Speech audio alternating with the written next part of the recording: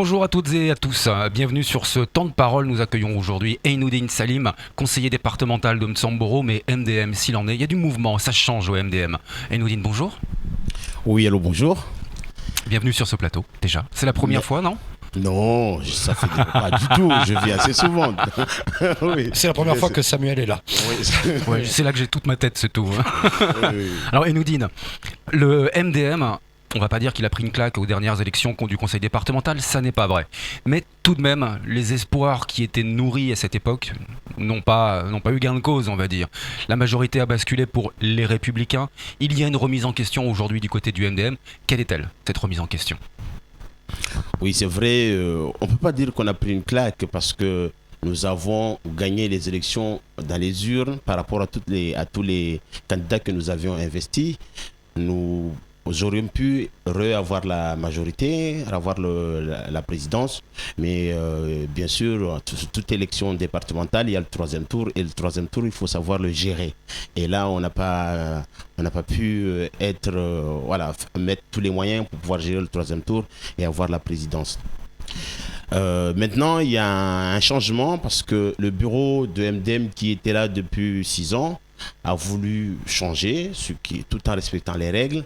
Et depuis le 11 octobre, nous avons élu un nouveau bureau de 12 membres, dont je suis le président.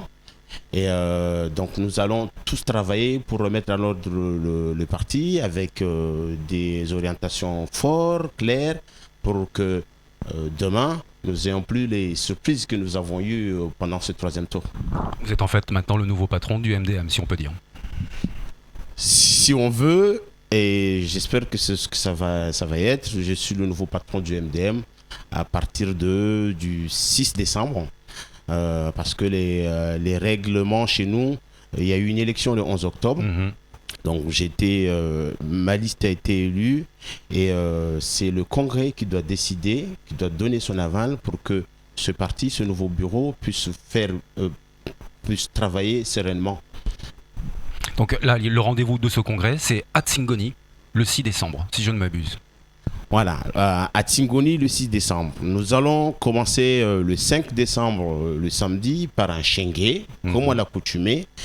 Et nous nous réveillerons tous le matin pour faire le congrès où là, nous allons présenter tous les présidents de toutes les cellules de MDM qui existent. Nous avons beaucoup de sympathisants.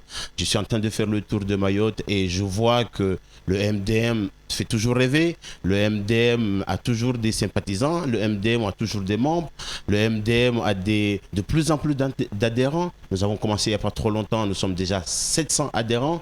Donc, nous faisons des cartes MDM, une dizaine, une vingtaine par jour.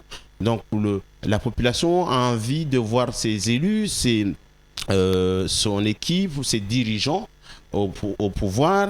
Il a envie de les voir travailler pour qu'on puisse reconstruire, pour que le MDM puisse redevenir le parti fort que connaît Mayotte.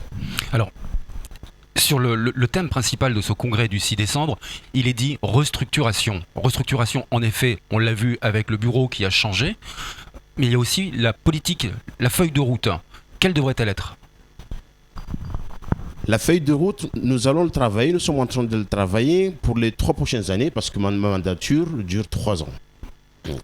Je suis de nature assez optimiste, je travaille pour 3 ans et puis après, la feuille de route, bien sûr, comportera des lignes qui nous amènent dans les 50 prochaines années. Mais aujourd'hui, l'urgence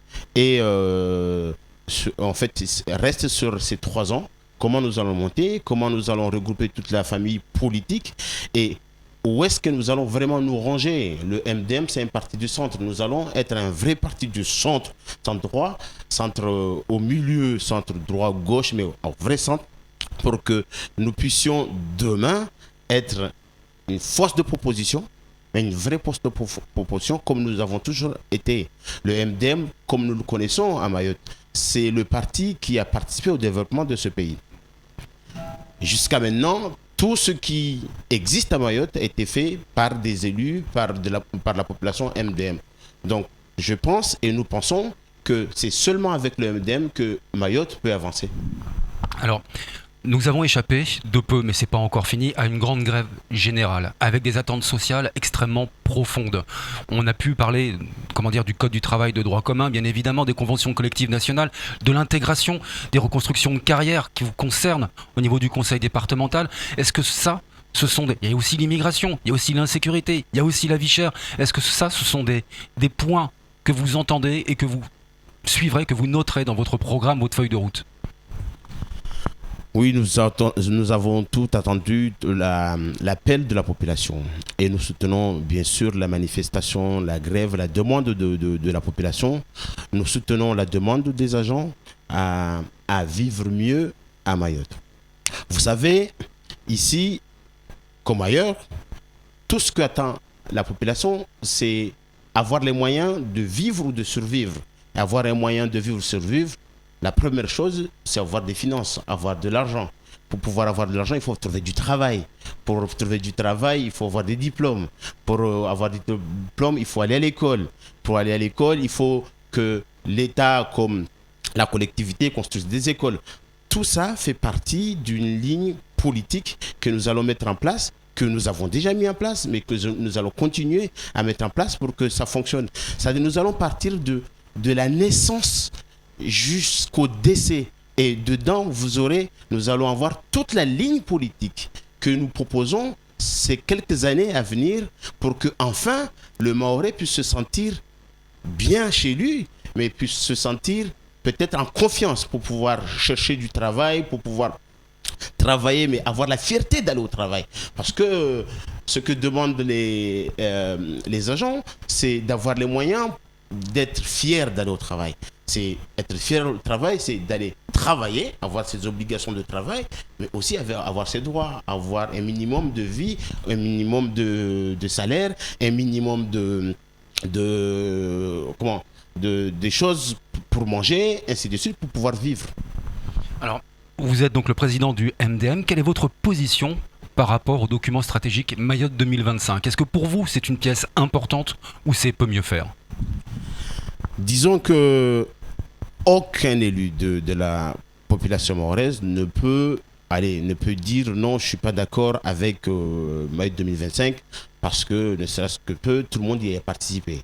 Certes, on ne trouve pas tous ce dont nous avons envie de trouver dedans, mais nous allons participer bien sûr à le mettre en place et nous essayerons bien sûr de faire en sorte que tous les petits défauts que nous voyons dedans, qu'on puisse les revoir, parce que Mayotte 2025, certes, c'est un document que nous avons travaillé, mais c'est un document perfectible.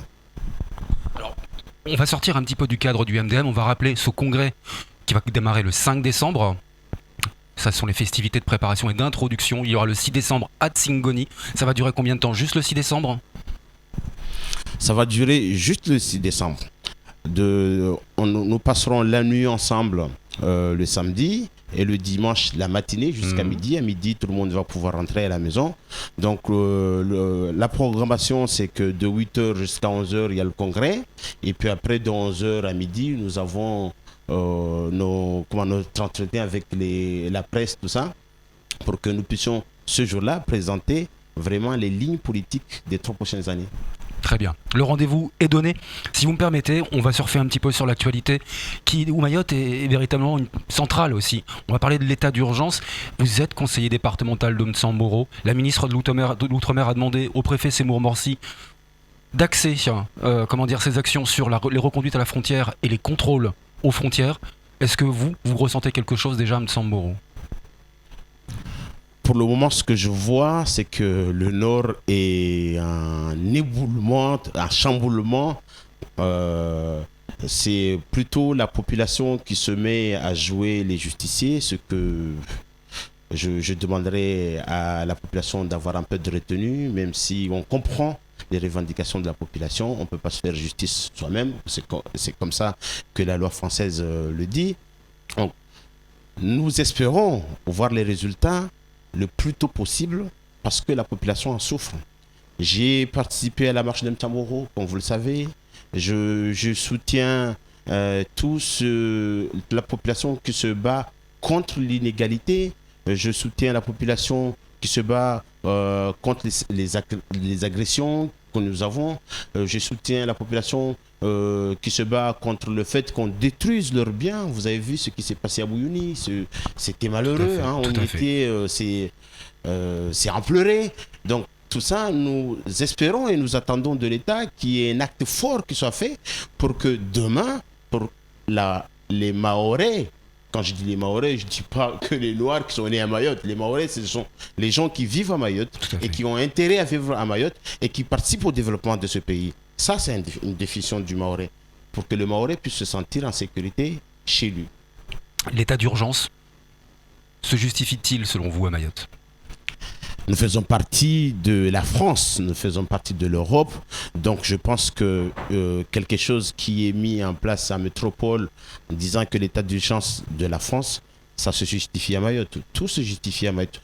Si nous excluons Mayotte de quelque chose qui est fait pour la France, ça veut dire que Mayotte est un territoire à part, qui ne fait pas partie de la France.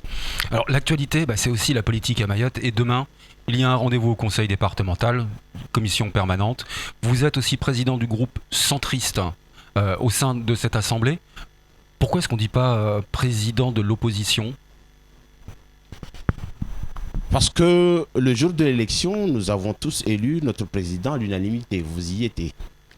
Et le lendemain de l'élection, quand nous avons créé nos groupes, nous avons travaillé dans l'optique du groupe. Disons que nous créions des groupes pour travailler pour Mayotte. C'était la majorité presque absolue. Nous voulions pouvoir travailler ensemble pour le bien de Mayotte. Donc ce jour-là, nous ne sommes pas positionnés en tant qu'opposition. Nous sommes bien sûr aujourd'hui vécus et étiquetés de partis de l'opposition. Et moi, je l'assume. Je suis le président de l'opposition aujourd'hui. Mais mon opposition, c'est pas de dire non à tout. C'est dire non quand ça va pas, proposer, être une force de proposition pour que chaque décision que nous aurons prise ensemble au conseil départemental favorise le Mahorais. Et c'est tout. Donc, moi, je l'assume. Quand certains veulent nous dire que vous êtes dans l'opposition, nous, on est dans la majorité, je l'assume. Je suis président de l'opposition aujourd'hui, même si, au départ, nous étions tous unis pour élire un gouvernement mahorais, mais à l'unanimité. Quelle est la place du groupe centriste aujourd'hui ? Avez-vous le sentiment d'être entendu par cette majorité ? La politique que je mène et que nous menons dans le groupe centriste, c'est se battre pour les intérêts des Mahorais. Si nous parlons, on ne nous écoute pas, on continuera de parler. C'est élu par élu, nous rentrons dans les bureaux, nous allons voir où sont les dossiers, comment vont les dossiers. Mais nous sommes là et nous parlons à chaque commission, qui est commission ou pas. D'ailleurs, chaque fois que nous voyons un sujet qui dessert les intérêts des Mahorais, nous intervenons dedans. Donc, je pense que le groupe centriste a sa place. Nous avons la chance quand même dans les 10 d'avoir 3 anciens poids lourds de ce pays. Ça serait dommage que Mayotte puisse laisser de côté des éléments tels que les anciens présidents Zaidani, Douchna ou Chaboudine ou même Noman ou les jeunes qui sont là, parce que nous avons tous nos compétences, nous avons tous nos expertises dans certaines matières. Parlant de moi, sur la matière de santé, je suis quand même parmi les experts de ce pays. Donc, c'est sûr et certain que nous proposerons chaque fois qu'on nous demandera notre avis, nous donnerons notre avis. Allez, monsieur le président du MDM, dernière question. Le MDM fait partie de la génétique politique mahoraise.